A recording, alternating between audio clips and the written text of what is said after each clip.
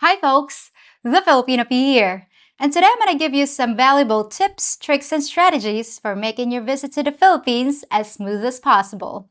For those of you coming here for the first time, this video will provide you with crucial information on what to expect and how to structure your trip so you can make the most of it without getting stuck in a bad situation.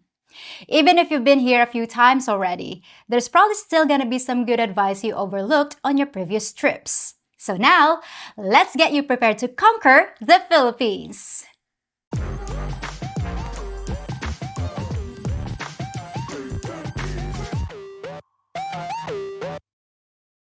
Now there's a bazillion tips I could offer you, and you're gonna see a lot of comments on this video that start with the words, "Hey P, you forgot about so-and-so," but chances are, I didn't forget. I just chose to tell you the things I thought were the most relevant. Otherwise, we'd be sitting here a week from now before I reached the halfway point. It'd be the same thing if I gave you the recipe for a cake. There'd be lots of people who thought it should have a bit more vanilla or a dash more sugar. But the important thing is how the cake tastes. And I promise you, mine tastes pretty good. So sit back, relax, and let me give you my recipe for a stress-free trip. So first comes the preparation phase. Everybody asks me, what should I pack? What do I need to bring with me? Well, it seems like a lot of you are kitchen sinkers because you're determined to bring suitcases full of electronic gadgetry, all-weather clothing, small kitchen appliances, and a deck of playing cards just in case. I promise you, you'll be much happier if you pack light for a couple reasons. One of which is that even though you're allowed a generous weight limit on your international flights, once you try to fly domestically within the Philippines, they pull a nasty trick on you, and they lower the limits so they can charge you a bunch of extra fees to lug your bags around. The other reason? This is a really hot country where all you need is casual clothing. You just don't need a lot of bulky stuff. My advice? For a single guy coming for a 2-week vacation, one suitcase and one carry-on is really all you need. A pair of flip-flops and a pair of closed-toe shoes will do it. Unless it's just the way you prefer to dress, forget about the blue jeans and thick button-down shirts because I guarantee you're gonna be sweating like a pig and wondering why you didn't just pack every tank top and pair of shorts you own once you look around and see how the other expats are dressed. There is no such thing as a dress code here except at some of the fancier restaurants and casinos. So if you plan on hitting those, just include a pair of long pants and a collared shirt because some of the places won't let you in without them. And after you get here, if you decide you need clothing that you forgot to bring, you're in luck. Unless you're a really big guy, clothing's very easy to find and it's really cheap. So don't even sweat it when deciding what clothes to pack. When in doubt, leave it out. And all that other junk, you're probably not even going to be spending much time in your hotel room, and the time you do spend in there should involve activities that are much more fun than playing solitaire. And for those of you wondering about the electrical compatibility of things like your phone charger or your electric razor, no problem. Almost everything you packed will work here as well. Even that cappuccino maker I told you not to bring. And for the larger things that require a certain voltage, you can buy an adapter for just a couple bucks. As far as miscellaneous items, there are 2 things you'd think you can get in the Philippines that you won't be able to find. Good cigarettes and condoms. Sure, you can find cigarettes all over the place, but according to a lot of expats, even the brand names like Marlboro taste like sawdust compared to their Western counterparts. So if you're a smoker, pack enough to last you, or you'll be smoking the local crud and wishing you listened to the P. As for the condoms, remember that this is a heavily Catholic country, so birth control is kind of a taboo subject.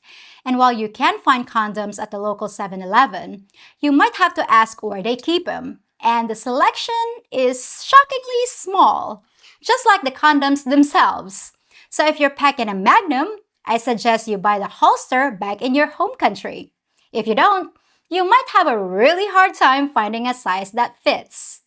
Now, if that happens to you and you realize you're just too big for the Filipino condom, call me immediately so I can personally verify the problem and help you find a solution. Now, here's something really important. There are three things you'll be bringing, and it's absolutely essential that you protect them at all times: your passport, your phone, and your wallet. Lose any one of them, and your vacation could be ruined, or worse. Now, a lot of guys stick their cash and their ID in a hidden money belt, and that's fine. But the problem is always the passport.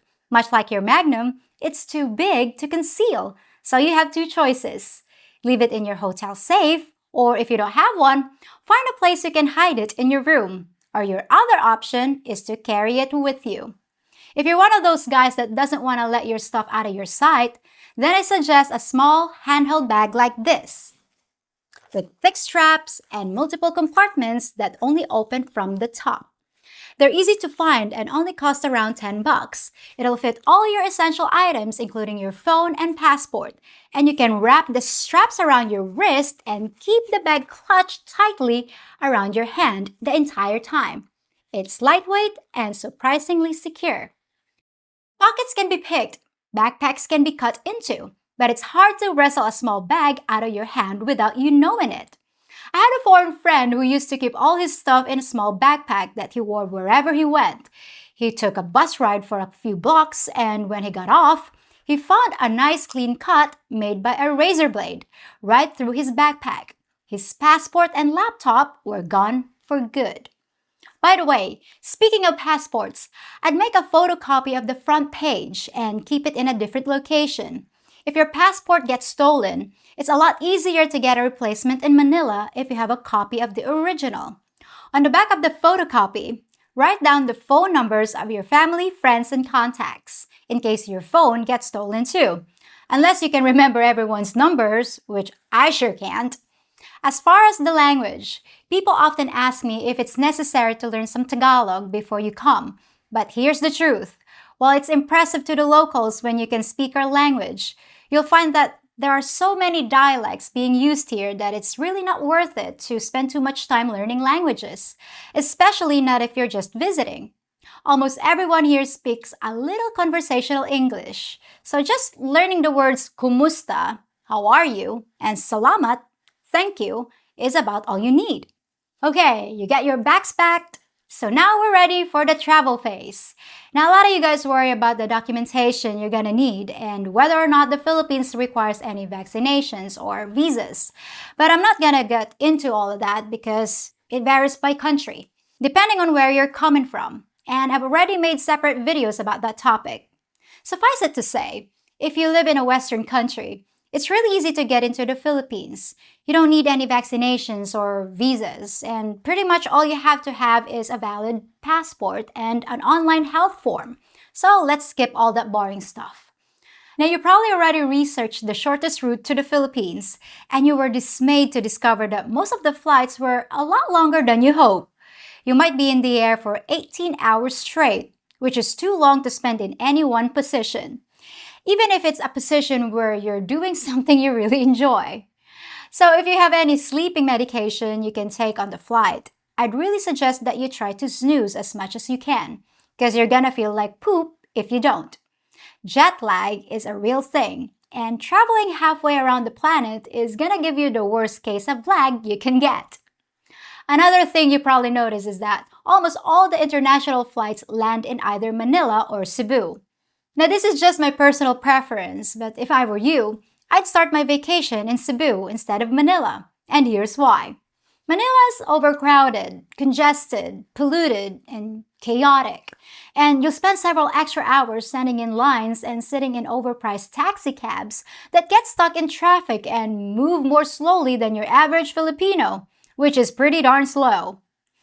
Crime is also worse in Manila, and although you might be thinking you want to enjoy all the hustle and bustle of the Philippines' largest city, I guarantee that Cebu, the second largest city, has plenty of things to do in the way of restaurants, good hotels, casinos, and nightlife to keep you busy for months. Now, if you're on a budget, there are lots of cheap places in Cebu where rooms can cost as little as 20 bucks a night, but I can't guarantee you'll be satisfied with your accommodations. Okay, so far we've been talking about the nuts and bolts, what to bring, where to land, but we haven't mentioned anything about female companionship. If you're coming to the Philippines for the first time to be with someone you met online, It's kind of a double-edged sword. Yeah, it's very helpful to have a Filipino to show you around, negotiate prices for stuff, and help you navigate the strange culture. But on the other hand, she's gonna wanna meet you at the airport when you land. And from the moment you lock eyes, she's only gonna show you what she wants you to see, which is her. You'll end up missing out on a lot of things you could have done first before you meet up with her. Things you'd remember for a lifetime. Now, for some of you, meeting your girl is all that's on your mind, and that's fine.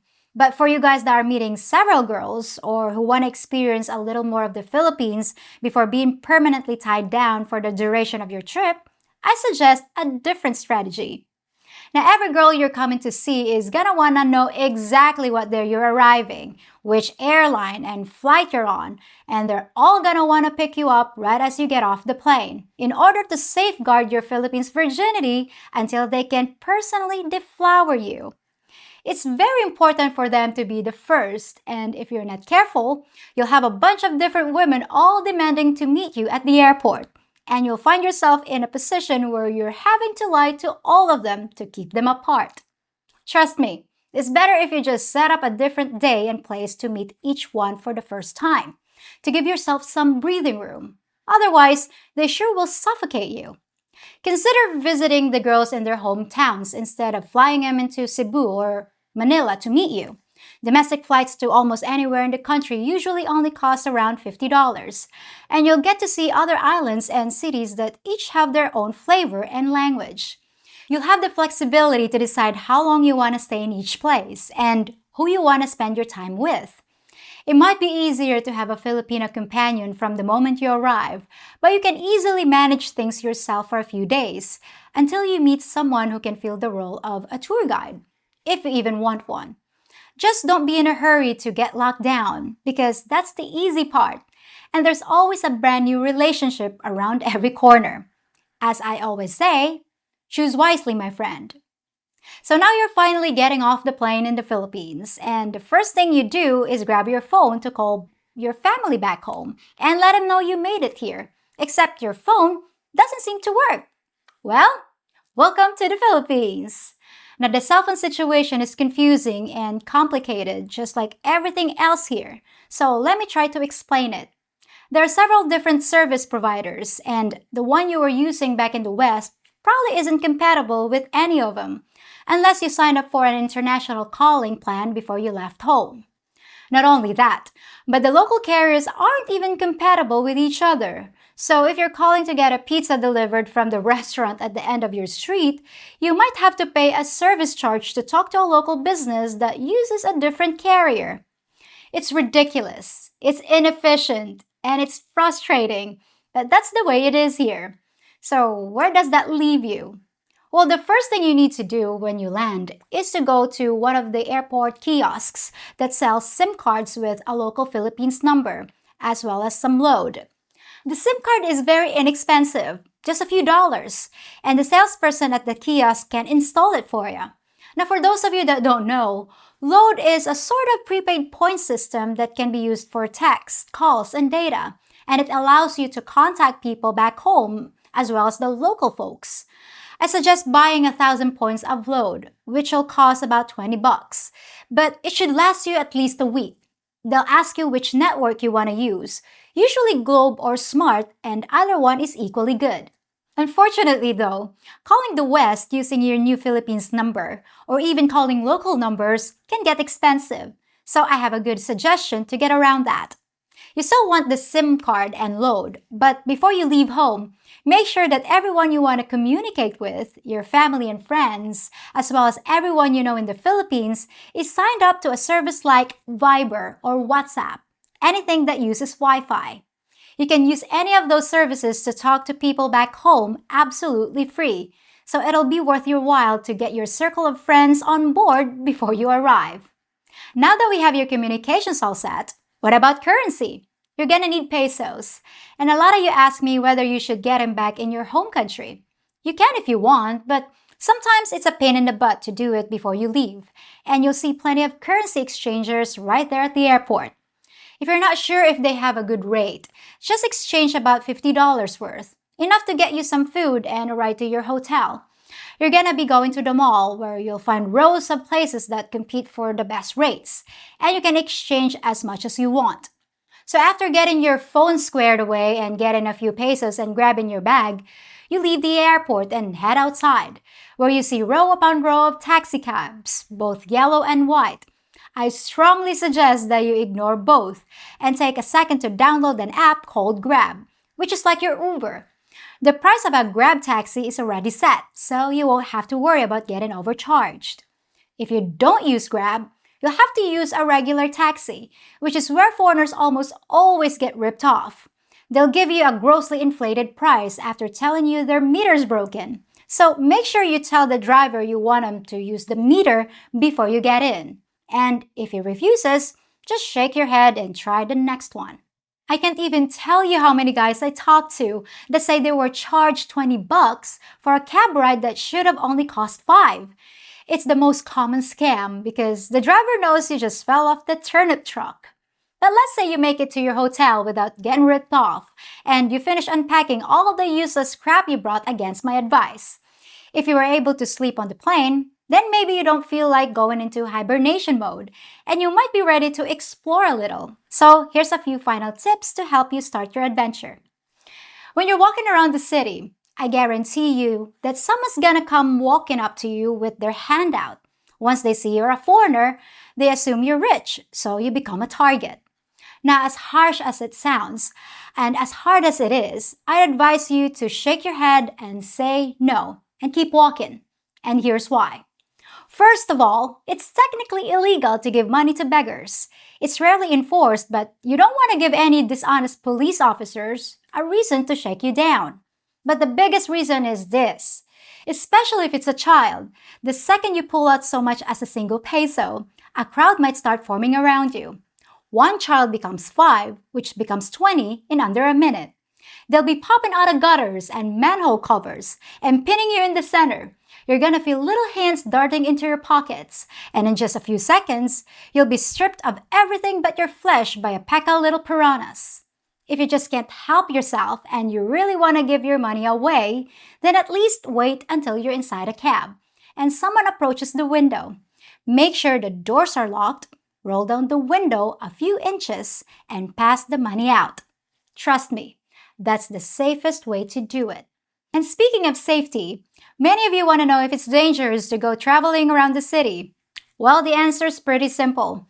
As long as you stay out of the slums and don't go walking around late at night, it's actually pretty safe in the Philippines. With one exception, which is this. Your average Filipino is much smaller than the average Westerner, so will generally treat you with respect and don't want to mess with you.